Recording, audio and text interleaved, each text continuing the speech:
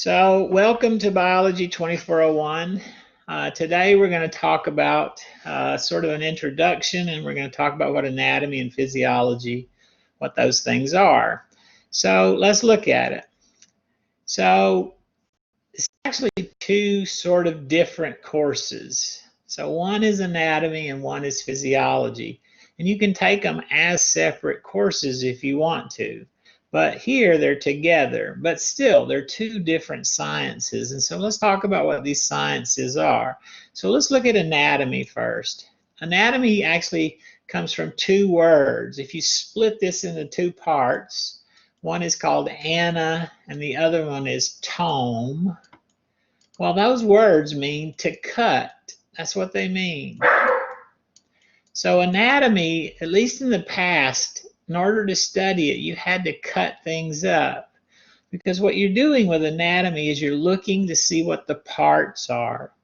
Because anatomy is all about structures. So when we look in here, we can see a lot of bones. So those bones, all of them have been taken apart. We look at them. Here's the respiratory and part of the digestive system and so on, and the cardiovascular system. All of those have been pulled apart. And when you take them apart, what happens is we begin to name everything. And so anatomy is all about form, it's all about structure, it's all about parts, and every single one of those things has a name. So anatomy is just full of names.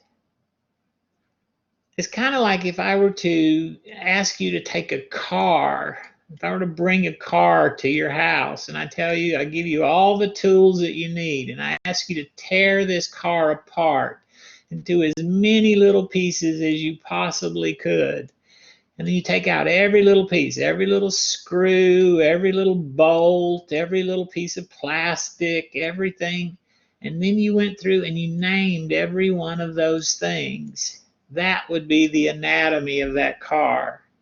And that's exactly what happened with the body. So over hundreds of years, people have been dissecting, cutting, and then they take and they name all these things. Well, not only is it names, it's also how big things are, it's how things are proportioned, what position they're in, and how they're related to each other. But that's what anatomy is about. It's all about forms. It's all about structures. And so when we look at it, that's what we're going to see. So the way to learn anatomy is kind of like learning your multiplication tables or learning the alphabet or learning, I don't know, your phone number, anything where you have to learn something. You basically have to go through this process of memorization. And the only way to learn something by memorization is by repetition. And so you're going to have to practice. You're going to have to repeat things. You're going to have to quiz yourself. And then you're going to have to go back and repeat it again, because that's the only way to learn this thing, because there's just so much. The good thing about anatomy is that it's a static science. What that means is static means it stays the same. So anatomy doesn't really change very much. It stays pretty much the same. The only time anatomy changes is when we have some new technique for looking at things. Because once we have a new technique, we're going to see more, or we're going to see something differently.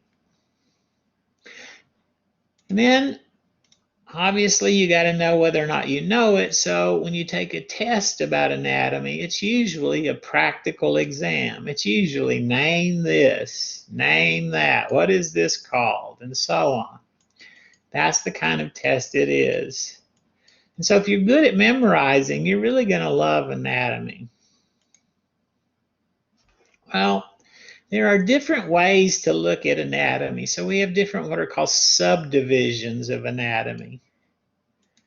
One thing is, if you can see it with your own eye, with your naked eye, and you don't need any kind of help, that's called gross anatomy. Gross means big.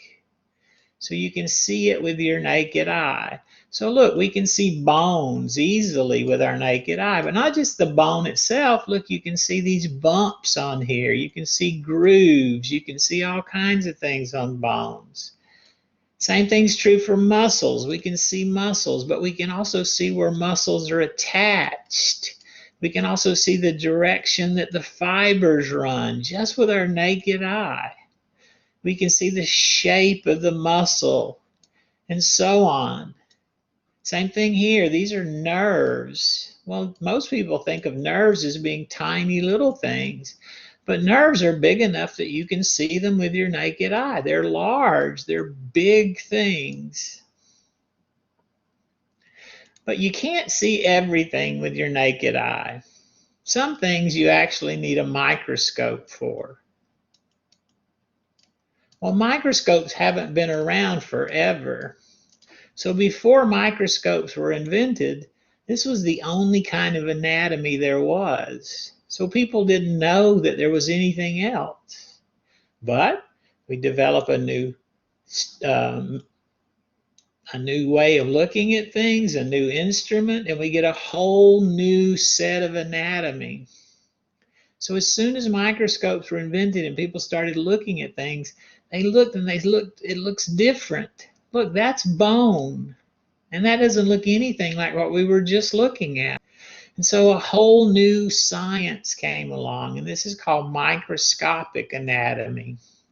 So microscopic anatomy is anything you need a microscope in order to see. And for a long time, that was it. But then a new kind of microscope was invented. This is called an electron microscope. Electron microscopes don't use light. This one uses light in order for you to see.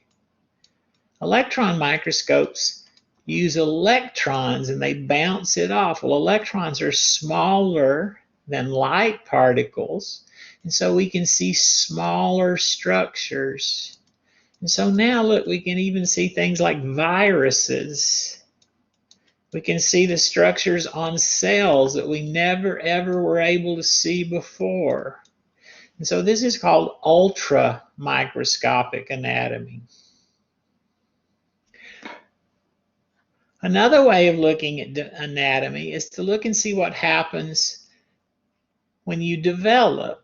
So look, we all started out as this. We started out as a zygote. And then you remember the zygote, it divides. We get 1, 2, 4, 8, 16, 32, and so on. And if we look at what happens as that happens, we're going to get bigger and bigger and bigger. And eventually, the cells are going to begin to differentiate. And so we're going to change and we're going to start developing structures. But look, they don't look the same as we move through here. And so we get a whole other new anatomy.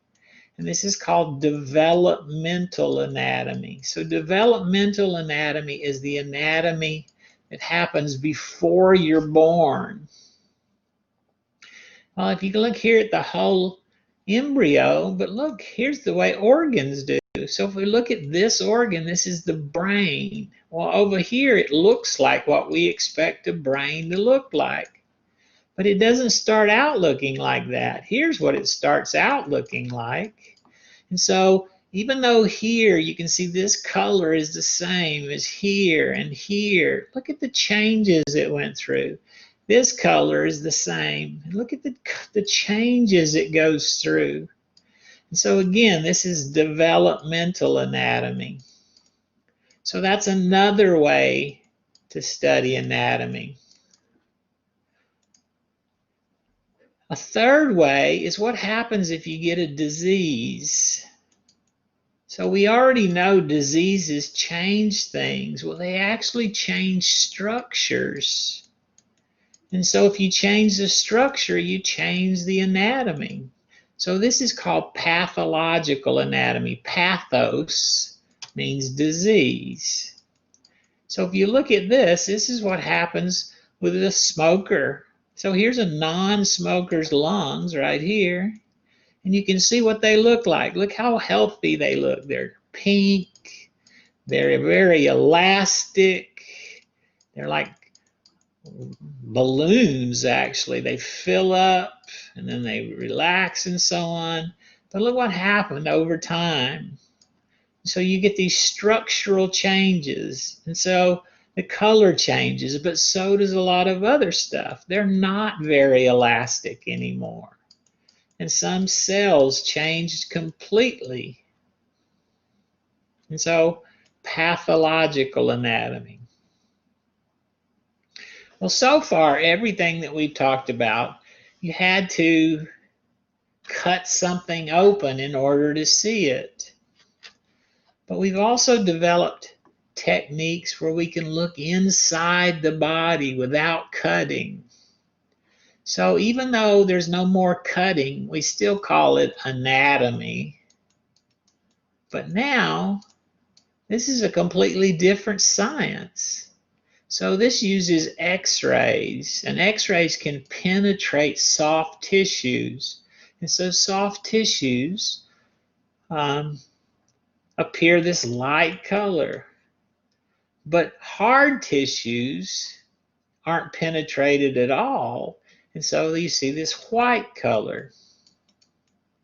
And then if you look over here, the black, that's because there's no penetration whatsoever, or sorry, full penetration, no blocking whatsoever.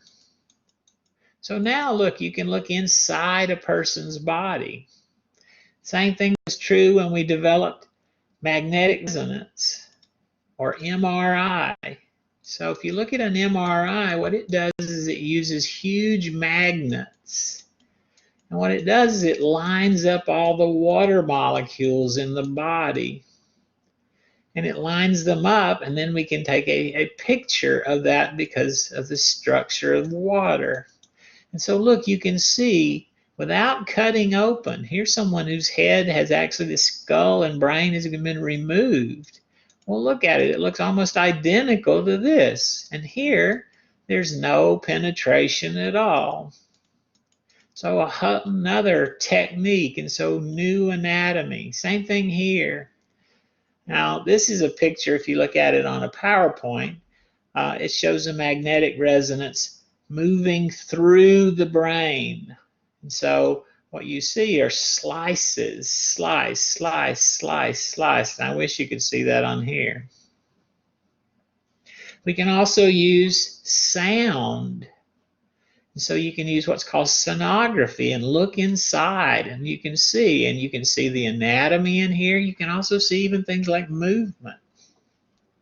So even though those are all anatomy, they're just different ways of studying these structures.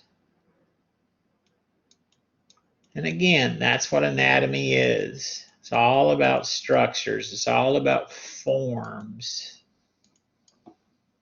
So if you're going to be good at anatomy, you need to be able to master the terminology for one thing, because it's almost all names. So you have to know those names. And so in order to do that, you're going to have to be very observant. It's better if you can touch things, pick things up, and turn them over and so on. And you can't do that on an online course, but still, hopefully you'll be able to interpret and figure this out even if you can't do it. Any questions about anatomy?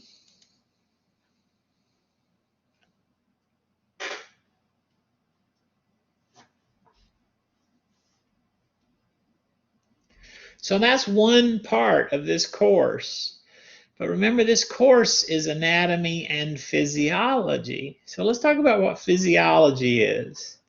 So physiology is not about structure. It's about function. It's about how things work. And so you can't learn physiology by memorization because it just doesn't work that way.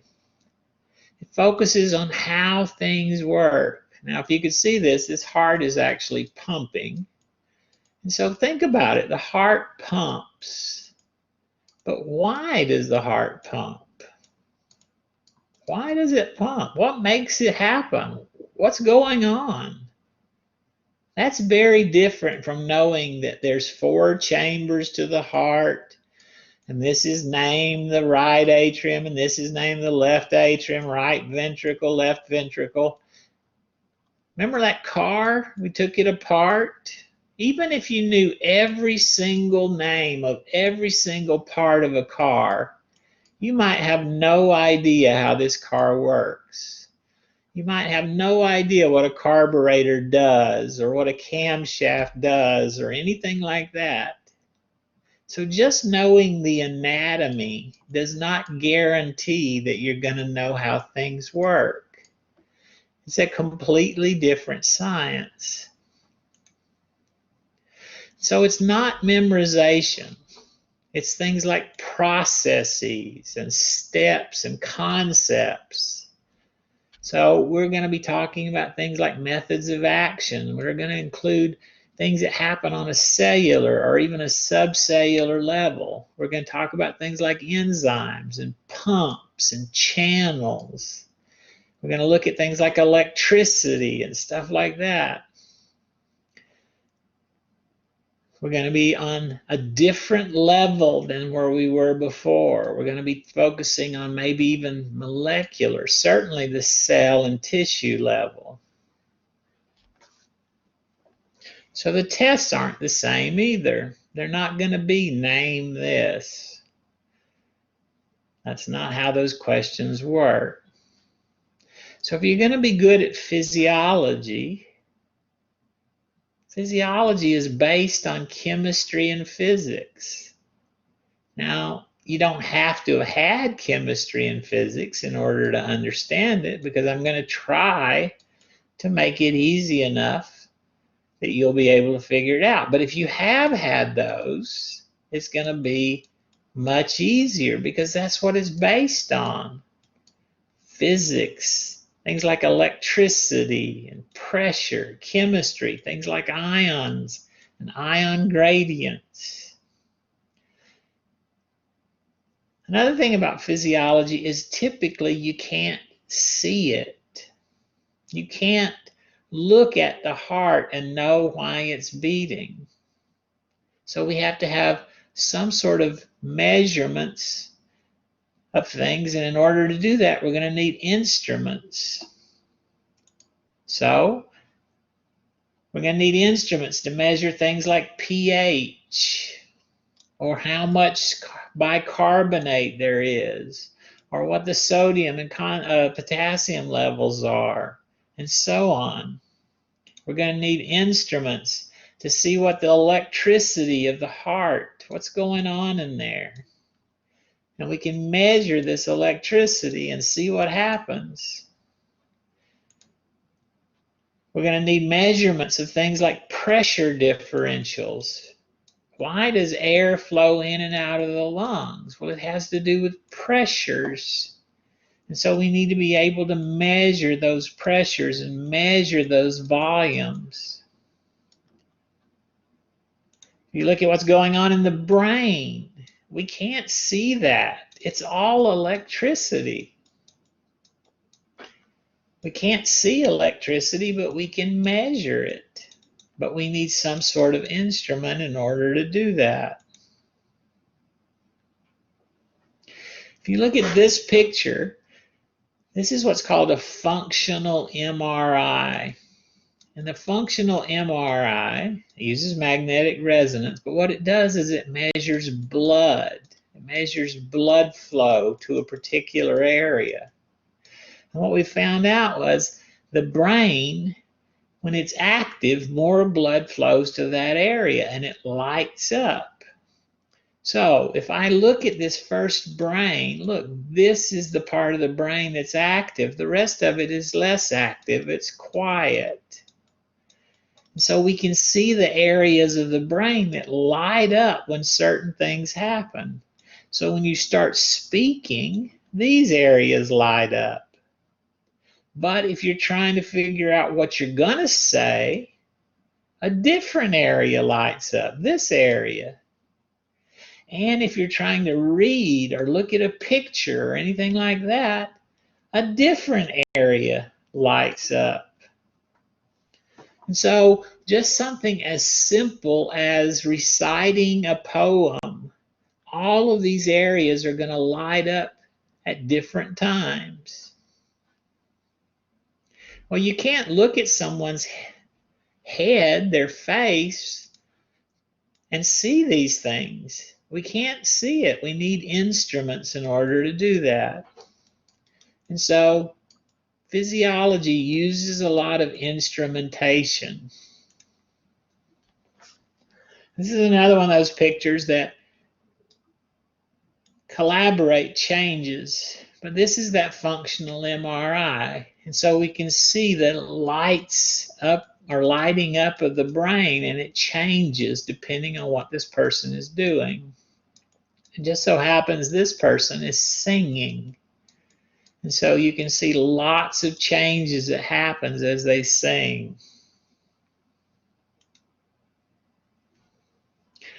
Well, just like we studied anatomy at different levels, you can study physiology at different levels. And so we have a bunch of different levels. So if you look here, you can study it at the cell level, even molecular level. You can study it on a systemic level. There's patho again. So this is the physiology of disease. There's developmental again. That's the physiology of what happens as the embryo turns into a fetus and so on.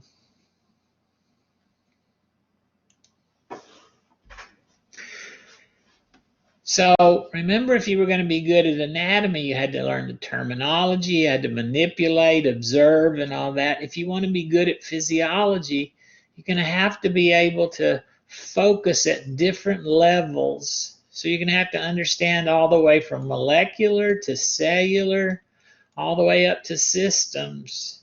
And you're going to have to apply those principles. Remember, we're talking about things like physics and chemistry. And so you're going to have to understand and apply those as well. Any questions about physiology?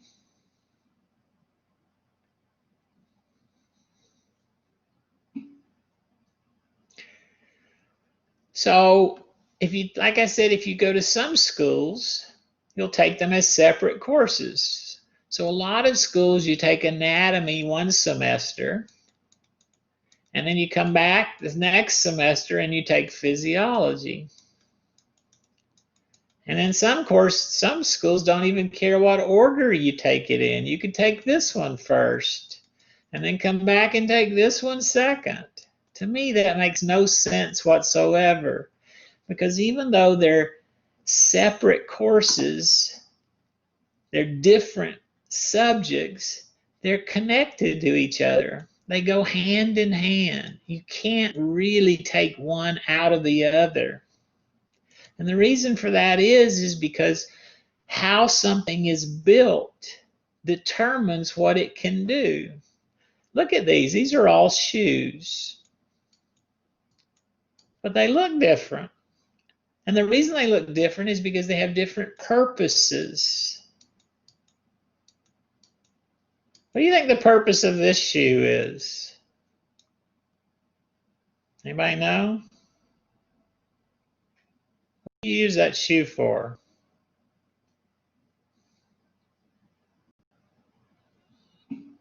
It's bowling, sure.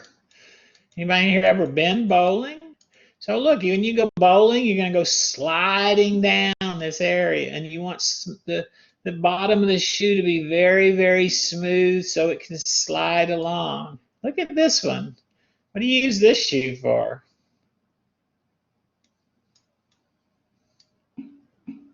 Yeah, you use it for skating. And obviously use this one for hiking. So look, even though they're all shoes, they're different from each other. They're specialized to do different things. And you wouldn't want to take the other shoe and do the wrong thing with it. Can you imagine using this shoe to go ice skating? It wouldn't work. Or can you imagine using this shoe to go bowling? It would not work. Well, that's true in the body too. So if you look at something in the body, you can tell a lot about it by just what it's built like.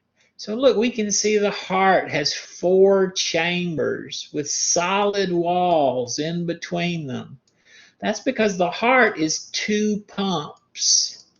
There are 2 pumps here, and they're separate. There's one pump, which is the right side, and there's another pump, which is the left side. And they pump in different places. Same thing's true for other structures. A good example of this is teeth. So if you look at humans, humans have 3 basic types of teeth. And so here's some human teeth right here. Now don't look at this part, that's the root. So let's ignore that part. But here's the 3 basic types of teeth. And if you look at this one, look, they look like blades. They look like chisels or blades or something like that. This one, they look like daggers, like you could stab something with it. And then this one has surfaces on it, surfaces that are good for grinding. So if we look at these 3 types of teeth, these molars, they have these broad, flat surfaces, so we use them for chewing and grinding, eating things like cereals or nuts or plants. Incisors, like I said, they're chisel-shaped or blade-shaped, so they're used for cutting, like biting off an apple. But this one is shaped like a dagger. What do you think daggers are used for? Why do we have these teeth, these canines? Well, human canines are pretty short and small, but other animals have canines too. Look at this animal's canines. So why do they have these canines, even though this is a cat? Why do they have them like that? What they use them for, just like a dagger, is sort of stabbing. They use them for puncturing. They use them for grasping and holding also. So when you look at those teeth, look at them. Here's a dog's teeth. And they have lots of these type teeth. Look at them, how sharp all these teeth are. All their teeth are sharp. They don't have any teeth that have grinding surfaces. So in general, dogs don't eat much cereal. They don't eat grains in general. What they eat is things like meat. But look over here at the horse. Look at all these teeth. Every single one of these teeth have these flat surfaces for grinding. Now they do have these teeth here. Those are for cutting. So they have to cut grass and they have to cut leaves. But then what happens is they grind it up. And so they eat things that need a lot of grinding. Things like hay and grains and things like that. Horses don't eat much meat. So look, we can tell just by looking at the anatomy, the shape of these, what they're for. And we can tell just by looking at this, what this animal typically eats. So anatomy and physiology go together. And I think the best way to study them is to study them together. And that's what this class is. But remember, we're not going to stay on one level. We're going to study anatomy and physiology on lots of different levels. What we're going to notice is that these levels are related to each other. And it's probably the easiest way to understand something is to go from least complex to most complex.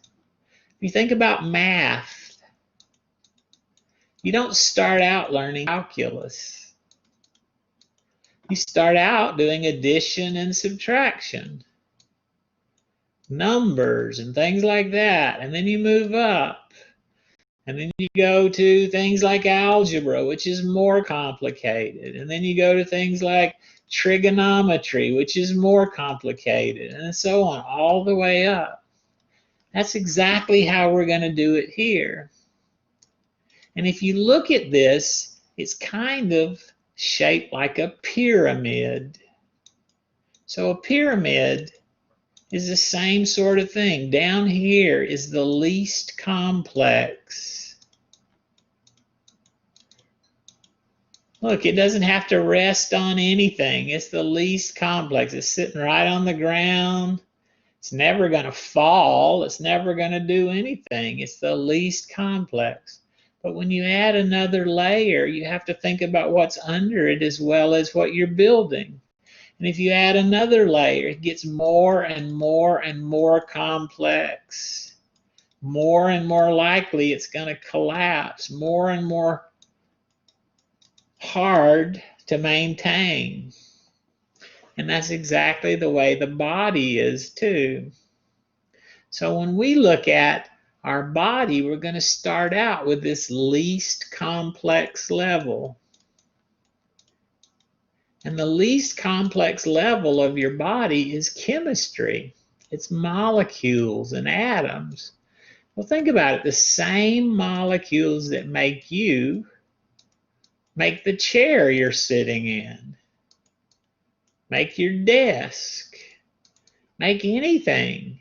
So in other words, it's very, very simple. It's only more complicated when you put it together.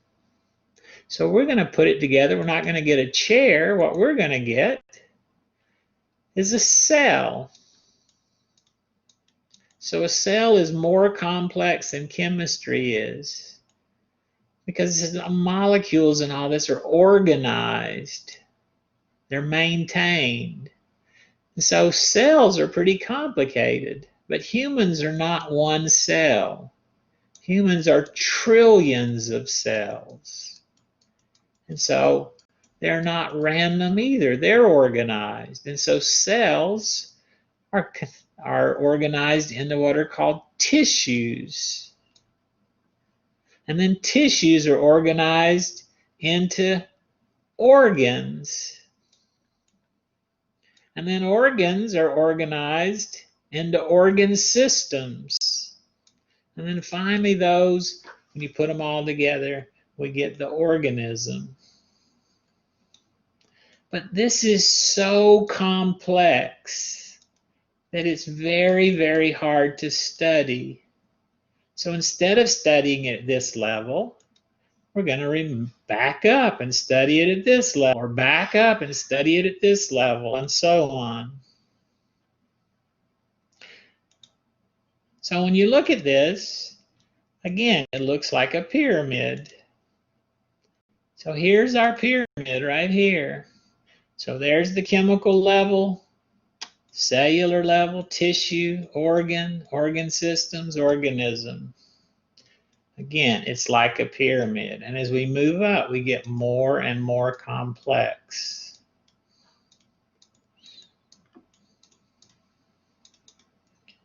It's kind of interesting, but this is also the way the book is organized. So if you look in your book at the table of contents, first of all, you're going to have chapter 1, but that's just an intro. But then you go chapter 2, and it's about chemistry.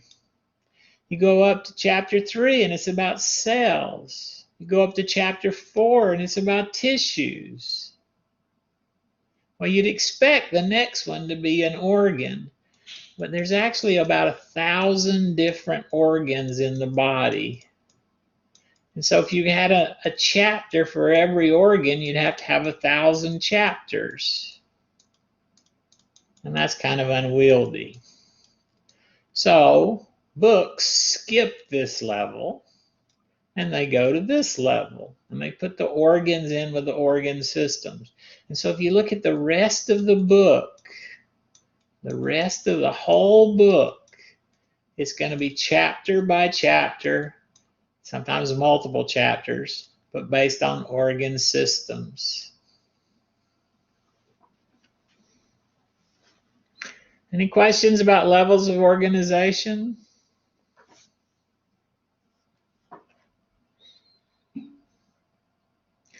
So we are, just like your book, going to spend basically the whole course, and if you take the second course, 2 courses at the level of organ systems. And there are 11 organ systems. So what I'd like you to do is look at this and see if you can name these organ systems. Now you haven't had a course yet, or maybe you have, but still you should be able, even without a lot of background, name these organ systems. So what do you think organ system A is? A is muscular, that's exactly right. And then B, skeletal, C is nervous. What do you think H is?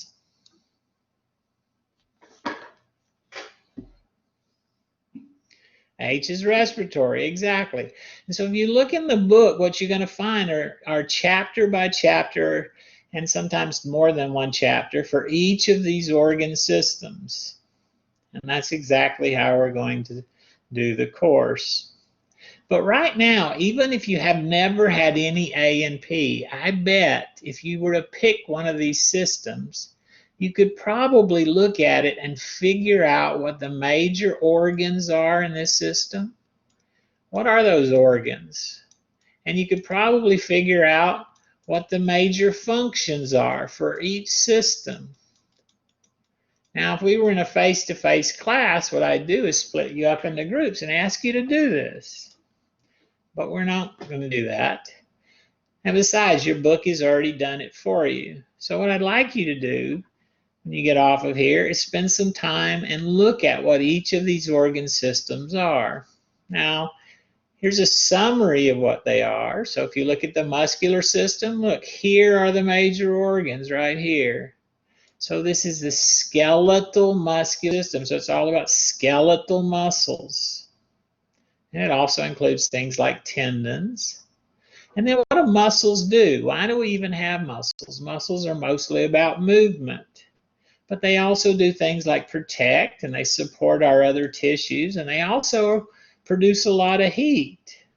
So those are the major functions of the skeletal muscle system. And you can do that for all of the systems. And so even though we're going to spend time with each one of these systems, I'd like you to go ahead and at least get some idea of what they all do.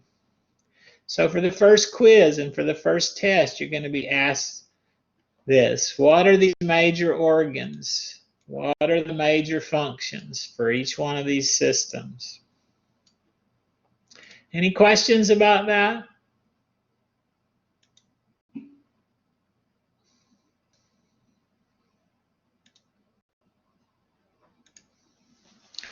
So again, there are 11 of these systems. So here they are. And again, you should be able to just look at these and be able to name them, but not only name them, also again, list the organs, list the functions, the major ones. Don't get in the weeds, don't get down in too much detail. This amount of detail, plenty. So when we look at them, we're going to look at them separately. And so because we start thinking about them and talking about them separately, some people get the idea that they're somehow disconnected from each other, that somehow they work independently from each other. But I don't want you to get that idea, because it's not true. They're not independent. They're not independent. In fact, they're interdependent. And so there are these interrelationships between all of these organ systems because they all depend on each other. They all work cooperatively in order to keep you alive. So if you look at this, here are some of those systems. So look, they've been kind of pulled out. So let's take this one for example. Look, that's the digestive system. So we didn't go through and name the organs of the digestive system, but we could have. Remember, it's the mouth with the teeth and the tongue and so on. There's the esophagus, there's the stomach, the small intestine, the large intestine, and so on. There's also liver and things like that. But those are the organs. So think about this. What if I were to take out the digestive system and put it on a table? So here's a table. I'm going to lay it on the table. Here it is right here. Do you think it could do its job? Do you think it could digest and absorb food and so on? No, there's no way. I mean, how would the food even get in there to begin with? How do we put food into our digestive system? It's not the job of the digestive system to do that. It's other systems. It's the nervous system, the muscular system, the skeletal system. All of those work together just to get the food in there. And then once the food gets in here, yes, maybe this system could digest the food. But another function of this is absorption. And so where's it going to go? We have to have another system whose job it is to pick up that material and take it to, transport it to where it needs to go. We're going to take it to our cells. And what the cells are going to do with this is they're sort of going to burn it. Just like maybe you would burn a log in a fireplace or burn a candle or whatever. That energy is going to be used or produced by this nutrients. We're going to kind of burn it. But think about this. Not only when you burn something do you need, say, a log for your fireplace, but you also have to have air. You have to have oxygen in order to burn it. Think about what happens if you take a candle and you put, here it is, and it's burning, and then you put a glass jar over the candle. What's going to happen to it? What's going to happen to the fire? It's going to go out because you have to have oxygen. So look, we have to have another whole system whose job it is to get that oxygen and take it to there so that we can carry it to our cells. And then these cells produce carbon dioxide, so we have to somehow get that so we can get rid of it. Even that's not enough, because not only do these cells make carbon dioxide, they also make other waste products. And as waste products build up in your body, they actually poison your body.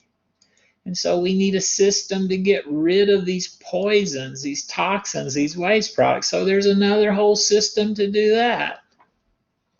So look, they're not working independently with each other. They're all connected to each other. This is connected to this, which is connected to this, which is connected to this, and so on. They're all interdependent. Not independent, but interdependent. They're sort of like dominoes. So if you think about dominoes, if you set up a domino like this in a row, if you knock over one domino, the next one's going to fall, and the next one's going to fall, and so on. These dominoes, though, aren't set up like this. They're set up in a circle. So look what happens when this first domino falls. It's going to go all the way around and come back. But the same thing would happen if this domino fell first, or if this domino fell first, or this one. They're all interconnected. And so what happens if one of these systems fails, then slowly they're all going to fail. So if this system fails, then another one's going to fail, and another one, and another one, until eventually when enough of them fail, just like all these dominoes fall down, that's exactly what's going to happen. Eventually, enough of them are going to fail until you die. Does it make sense?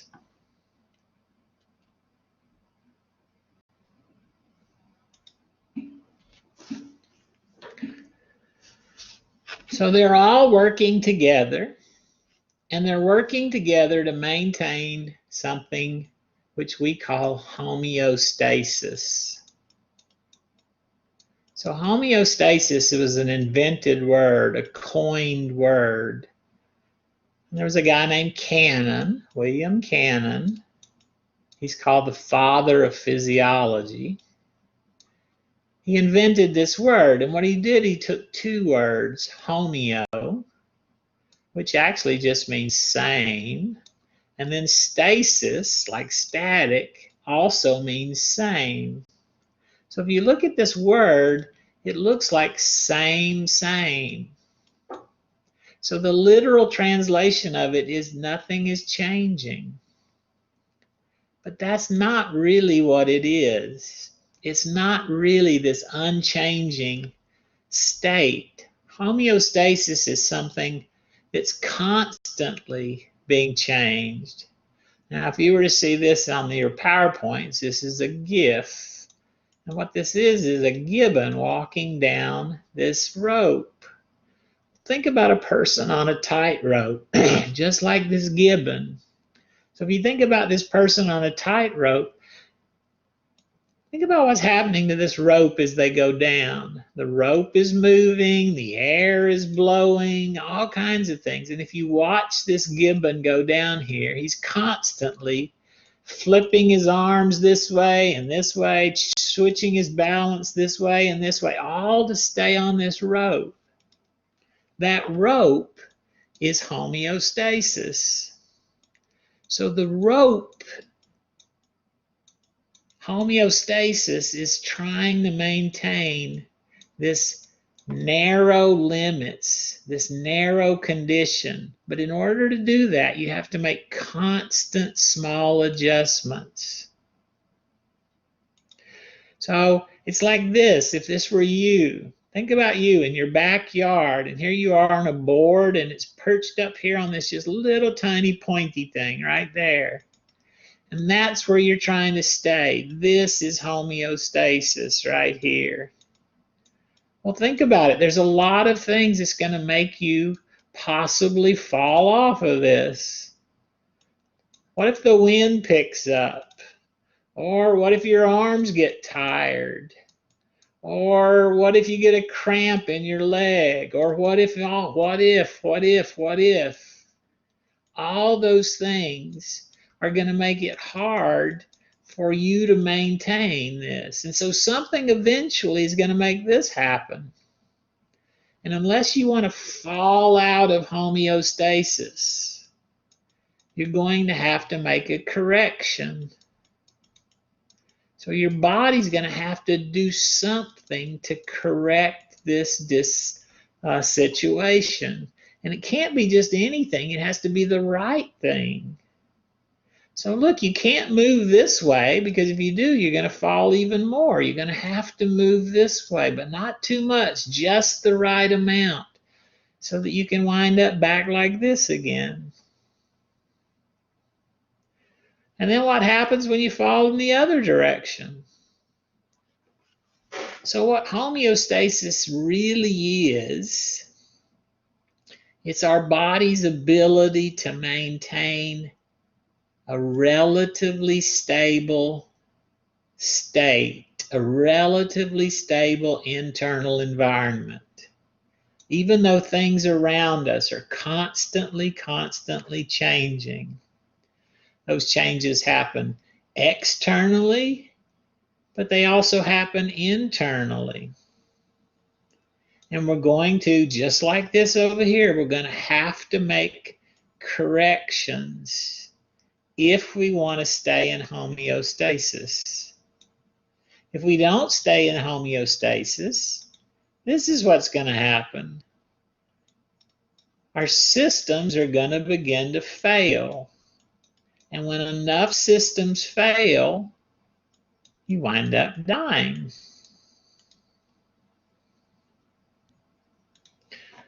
So homeostasis is the bedrock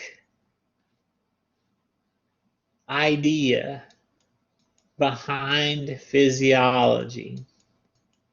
It's the bedrock idea. It's the thing that we are constantly trying to maintain. Well, if we're going to do that, just like that gibbon, in order to do this, we have to do three things.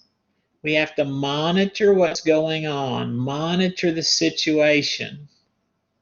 So, is the wind blowing? Did the rope move? Whatever it is, we have to monitor the situation. And then somewhere we have to make a decision about what has to be done. And then finally, we have to make those necessary adjustments. So three things have to happen here. So there he is. So again, the rope moves, the wind is blowing, all kinds of things. He has to monitor the situation, make decisions, and then make the correct adjustments. Otherwise, he's just going to fall off.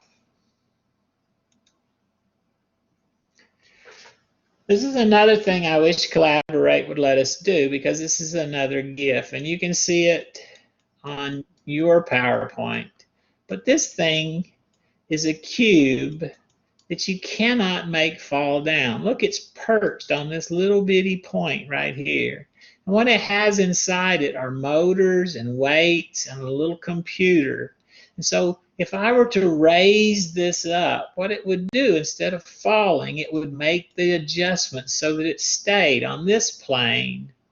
And then if I lower it back down, it's going to make the adjustment so that it stays on this plane. In other words, this thing is in homeostasis, and it's doing those three things that we just said. It's monitoring the situation. It's making decisions about what needs to be done. And then it's making the necessary adjustments in order to stay on this point right here.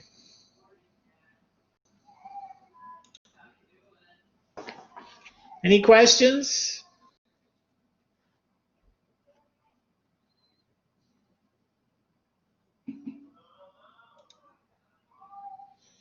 Well, remember, we got to do three things. Monitor the situation. Well, something has to do that. And what has to do that is a receptor or a sensor. So the receptor or the sensor is what's going to monitor what's going on.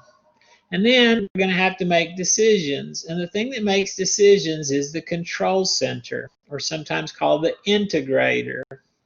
And then we're going to have to make adjustments. And the thing that makes the adjustments is called the effector. So any homeostatic control mechanism is going to have these three things: a receptor, a control center or integrator, and an effector. And so if we look at this, we have a variable here. Look, there's a variable. That's the thing that's changing. So again, if this is our gibbon, this is the wind, this is the rope moving, this is the body shifting or whatever. Well, someone is going to have to detect that. And again, that's our sensor. The sensor is going to send signal, that information, to our control center, our integrator. And then the integrator is going to make the decision and then tell the effector what it needs to do to counteract the variable. But as soon as that happens, the variable is going to change in the other direction. And so we are constantly making these changes. So again, there's a receptor, there's a control center, and there's a effector. And then finally, hopefully, back to homeostasis again. Any questions about it? So what goes here?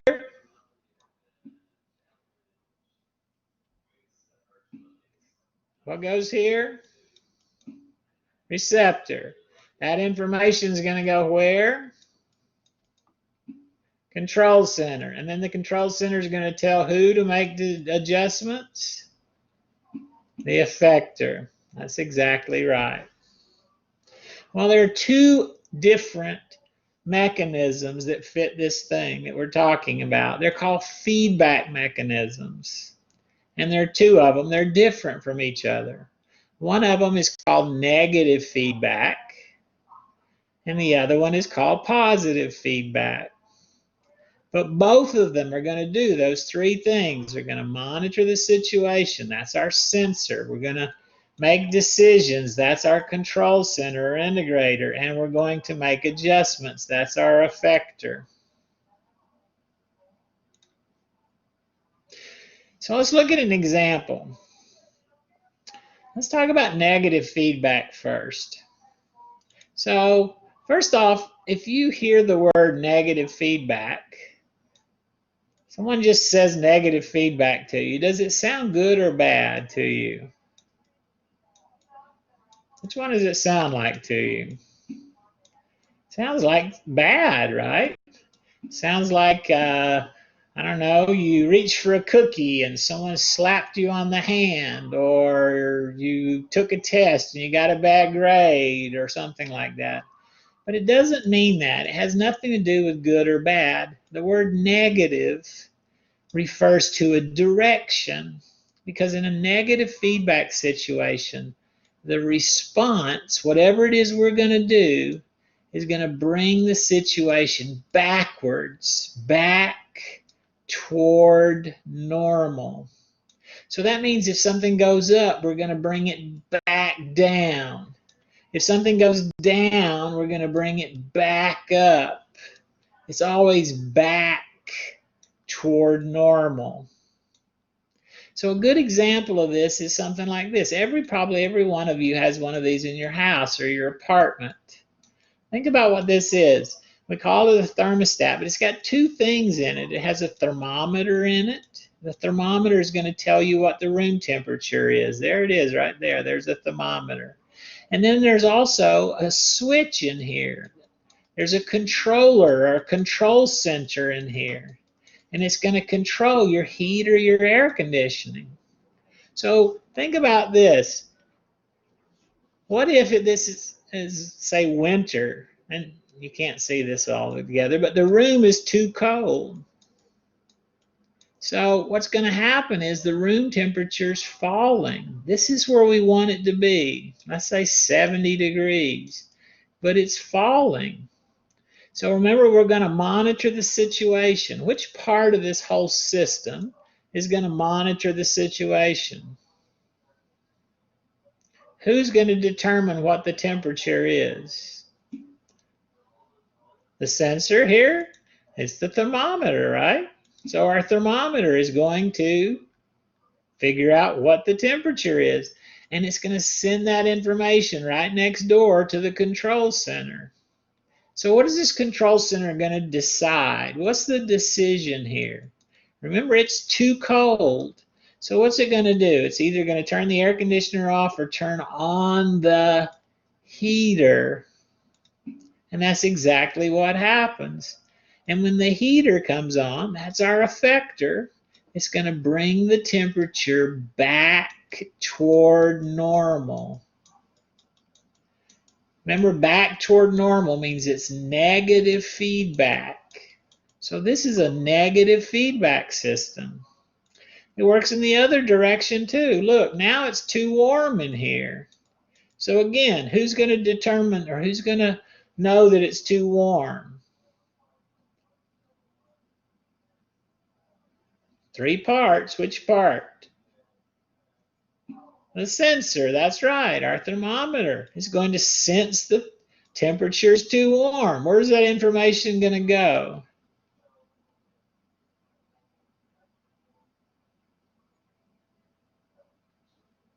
It's going to go to the control center or integrator. Exactly right. But now, what is the decision going to be? Remember, it's too warm in here. So what's our decision going to be? Turn off the heat. That's exactly right. And look, this is going to bring this back toward normal. It was too high. It's going to go down, back toward normal. And so it works in both directions. So when you look at it, here's what it looks like. So it goes up, 3 things, we're going to bring it down. We're going to bring it back toward normal. Too cold, 3 things, we're going to bring it up, we're going to bring it back toward normal. Negative feedback always brings it back toward normal. Works this way in the body too. Look at it in the body. Think about it. Our body temperature has a set point. It has an ideal. Most of us would say that's 98.6. But does it always stay exactly at 98.6? What happens if you start exercising? What happens to your body temperature? What happens if you go out in the cold winter, cold weather? What happens to your body temperature? And so we got to have a sensor to regulate that. So there's a sensor. So here's our sensor. It's the receptors. They're in the skin and they're in the brain. There's our receptors. They're in the skin and they're in the brain. And that information is going to go to a control center. So here's our control center, also in the brain. And the control center has to make a decision. Look, here we're too cold. And here we're too hot. So it's a different decision, but whatever the decision is, we're going to bring it back toward normal. So if we're too cold, we're going to do something like shiver. If we're too hot, we're going to do something like sweat.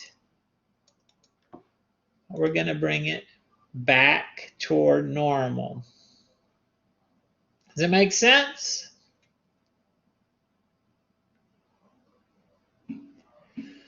Well, if we were to graph negative feedback, it looks like this. Look, it went up. We're going to do something to bring it back down. It went down. We're going to do something to bring it back up. It went up. We're going to do something to bring it back down. It went down. We're going to do something to bring it back up. When you look at that graph, it's always going to look like this. This is called a sine wave. Now, I didn't draw a very good one, but this is a sine wave. And here's another sine wave. Look, it went up. We're going to do something to bring it back down. It went down. We're going to do something to bring it back up. It went up. We're going to do something to bring it back. It's always back toward normal. Right here somewhere is normal. Right there's homeostasis. And every single negative feedback system, if you graph it, it looks like this. Even the one we just talked about here, when we talked about body temperature, look, it looks just like this. There's our normal body temperature right there. And look, it went up.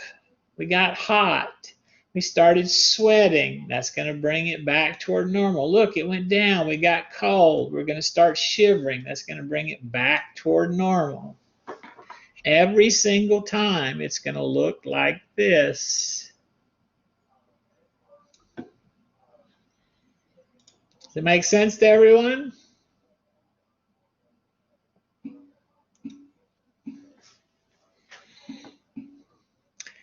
So that's negative feedback.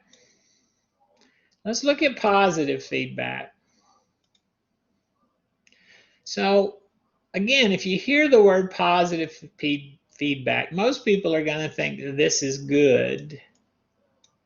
But it's not good. It's also not bad. It has nothing to do with that. It has it's again the direction that the response is going to move. And what's going to happen is the response is going to make the stimulus get bigger. It's going to enhance the stimulus. So if it goes up, our response is going to make it go up even more. If it goes down, our response is going to make it go down even more. It enhances the stimulus. It moves in a positive direction, the same direction it was going. And so what's going to happen is our situation is going to move further and further and further away from normal. Away from normal. In other words, away from homeostasis. So look, if this is homeostasis and we go this way, we're going to get further away. Further away. So this is not something that happens very often. It's very infrequent. And it only happens in sort of like emergency situations. And positive feedback mechanisms always end in some sort of big thing happening, some sort of dramatic event.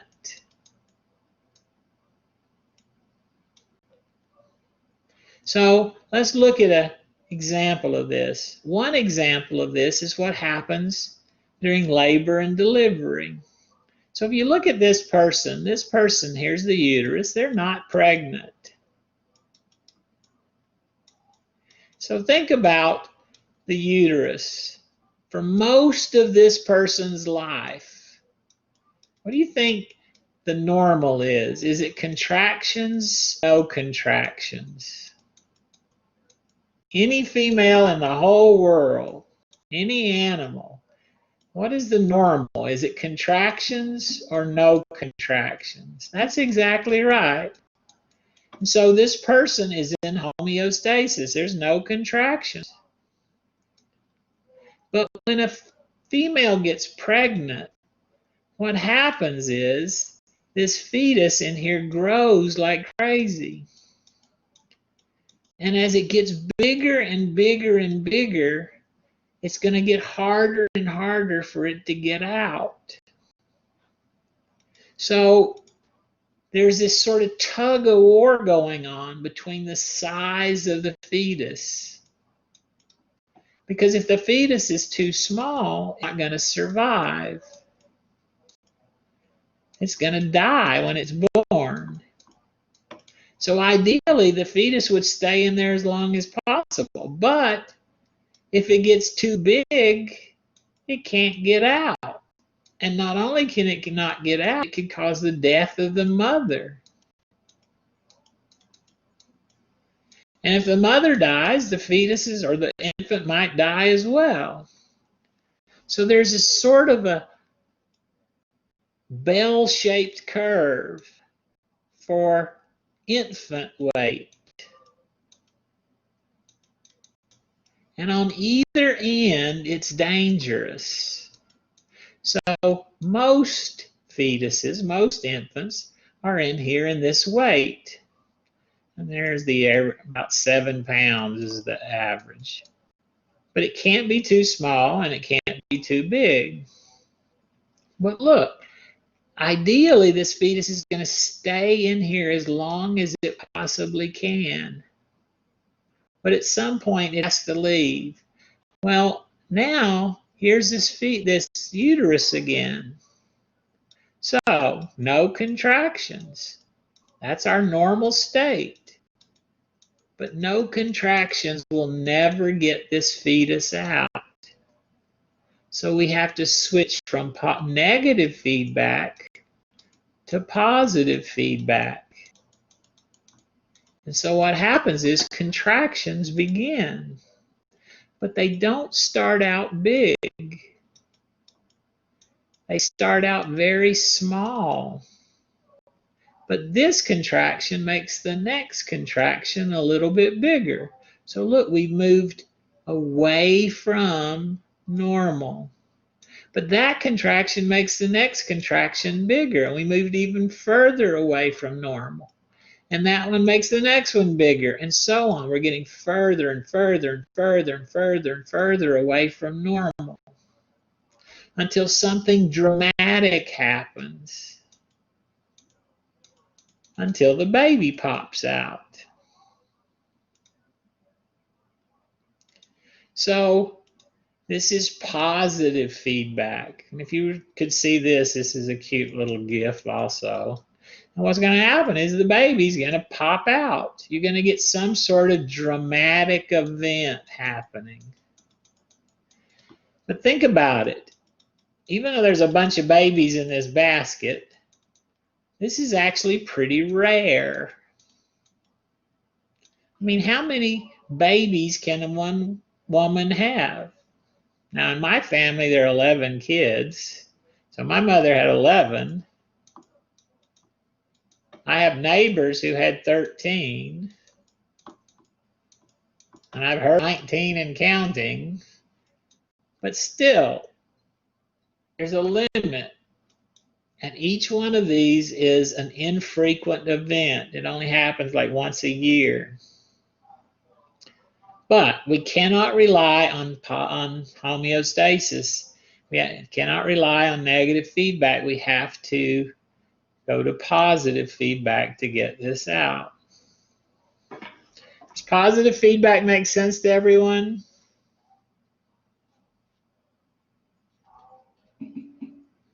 But again, these same three things are in play. We have to monitor the situation. We have to know what these contractions are. We have to make decisions, bigger contractions. We have to make adjustments. The uterus has to contract.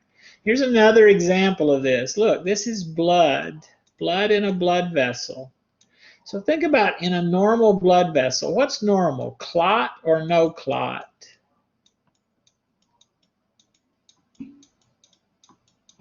No clot, that's exactly right. In fact, if we had a clot in here, it would be a bad thing.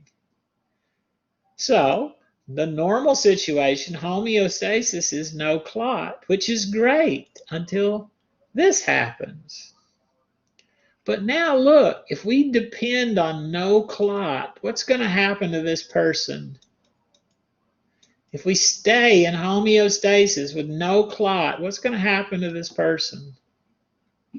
They're going to bleed out. That's right, they're going to bleed to death. So we can't depend on negative feedback because negative feedback is no clot. So we have to switch to positive feedback. And what happens is, floating around in the blood, there are these little structures called platelets. And so platelets, as long as they're in the normal bloodstream, they don't do anything. There's these platelets right here. So this surface right here is very, very, very smooth. So as long as the platelets are in contact with a smooth surface right here, they don't do anything. But when this happens, look, the surface is not smooth anymore. It's jagged. It's rough. And when platelets come into contact with a rough surface, especially something with collagen, they kind of go crazy. They do a bunch of things. They start swelling, and they get really, really, really sticky. And they start releasing chemicals. And the chemicals are going to make more platelets swell up and get sticky. And they're going to clump together. And as they clump together, they're going to get a bigger and bigger and bigger clump until it's a big enough clump to close the hole. But look, this is not negative feedback. This is positive feedback. Because think about it. Here, there were no platelets that were sticky and clumping. And then we got a little bit. And then more got more clumping and sticky, and more clumping and sticky, and more clumping and sticky. So we got further and further and further away from homeostasis. So again, this is positive feedback. It's also infrequent. Think about this. This does not happen that often. It only happens when you cut yourself.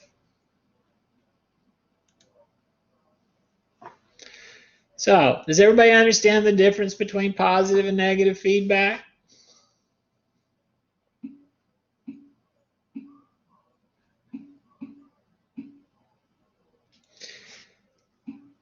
One other thing that these platelets do, these little chemicals that you see here, also set into play the formation of a clot. Now, this is not platelets, it's something else. But we're going to get a clot, which is going to make this even more permanent and stronger. And the clot looks like this.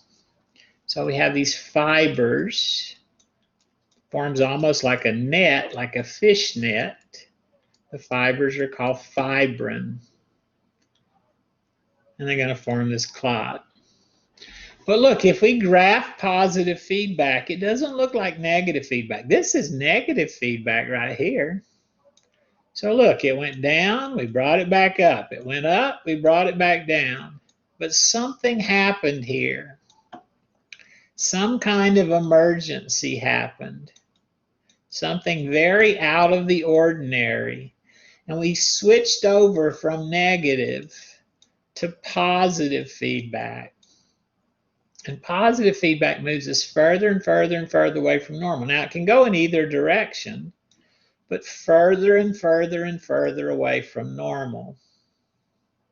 So we are not in homeostasis. It's not maintained. We've moved away from homeostasis. So remember, this is no clot. This is no contractions. So we moved away from that, where we do have a clot, or we do have contractions.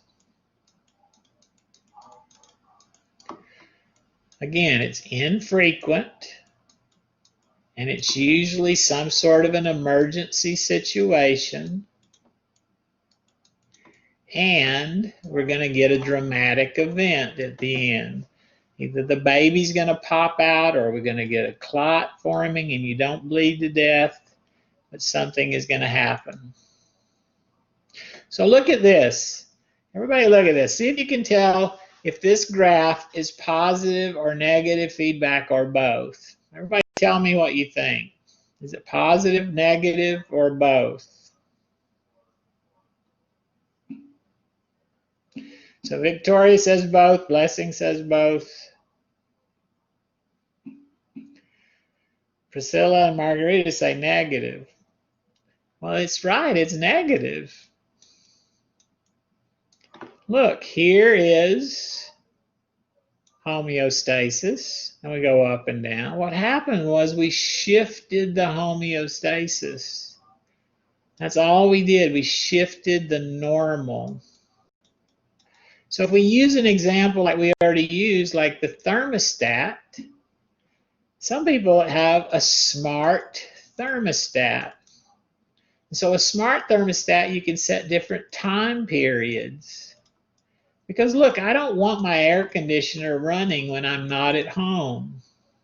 So look, I'm going to set the air conditioner at 70 degrees when I'm at home. I'm going to get up in the morning, but at some point I'm going to go to work. I don't want it set at 70, so it's going to reset itself at 85. But when I come home from work, I want it to be nice and cool. So I don't know, like 3 p.m. or whatever, it's going to reset itself back to 70 again. But look, it's up and down each way. This is up and down. This is up and down. Positive, remember, you get further and further and further and further away from normal. Well, this particular picture is actually blood pressure. It's blood pressure. So this is blood pressure at rest. And this is blood pressure when you're exercising. But you don't exercise forever. At some point, you're going to stop. And so you don't need the blood pressure to be high. It goes back to where it was. But this is negative. This is negative. And this is negative. Remember, all negative feedback systems look like this. Victoria, does that make sense?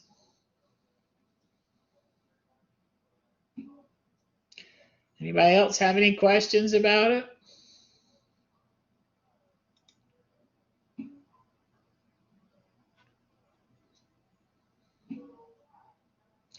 So, let's take a quiz. Now, we're not really going to take a quiz, but we're going to practice one. So, look, here would be a quiz.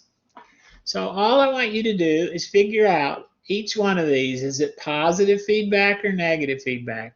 And we don't need to use letters, but if you were like face-to-face, we would. But look, what do you think is it positive or negative feedback? Oxygen and carbon dioxide levels in the blood. It's negative. What about a snowball rolling down a hill?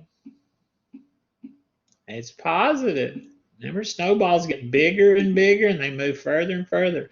What about glucose level in the blood? Negative. What about the total number of red blood cells over time?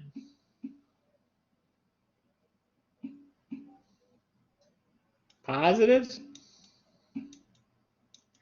No, it's not positive. Total number of red blood cells over time stays the same. We lose blood cells, we make blood cells. It's going to stay the same. What about the act of urinating and defecating?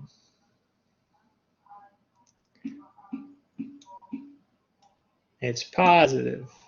Think about how you feel if you've got to urinate. Does it start out urgent? No, it starts out, oh, I got to use the bathroom. Oh, I got to use the bathroom. Oh, I got to use, oh, I really, really, really got to use the bathroom. And then look, you're going to get some sort of explosion.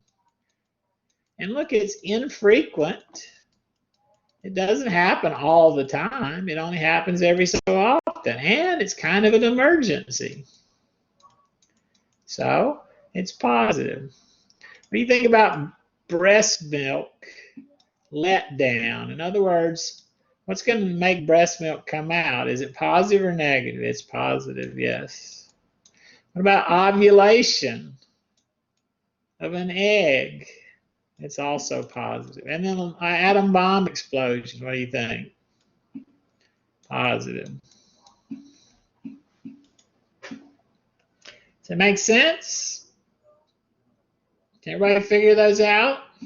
So these would be like practice quiz questions. So you might expect to see something like this on the first quiz. Also, you might expect to see, remember, the organ systems and those major organs and their major functions. And you might expect to see, what else did we talk about?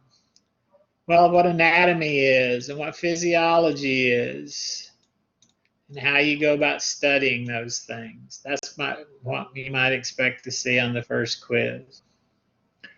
Anybody have any questions?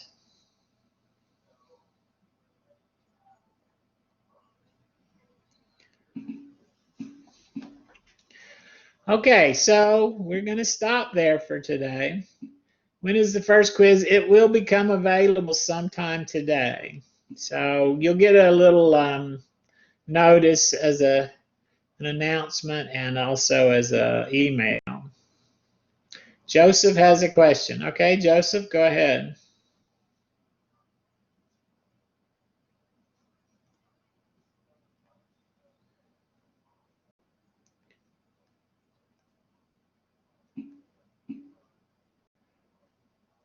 Is there a situation where they can be both? Not exactly at the same time, no. You can only have one or the other. But that doesn't mean you can't switch. Remember we saw that the graph here. So over here is negative. And that would probably be most of the time. So this could be a picture of the pregnancy. So this is the whole life of this person. So this is most of her life. But and even most of the pregnancy. But right here is where we're going to start the contractions associated with birth. So it switches over from one to the other, but it can't be both at the same time. Does that answer your question, Joseph? Sure. Now, it doesn't mean it can't switch back, because it can. It can switch back in this direction too. Because think about it, once the baby's born,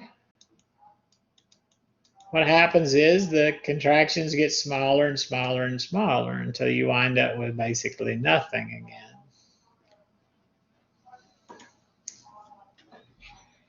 Any other questions? Okay, well, thank you so much for coming. I hope that you got an idea of what the course is going to be like, and that's kind of how we're going to do things. And like I said, the recording will become available. It takes about 30-45 minutes, but you can just click on the little 3 lines, the menu, and you'll see recordings. But I'm going to go ahead and stop the recording there.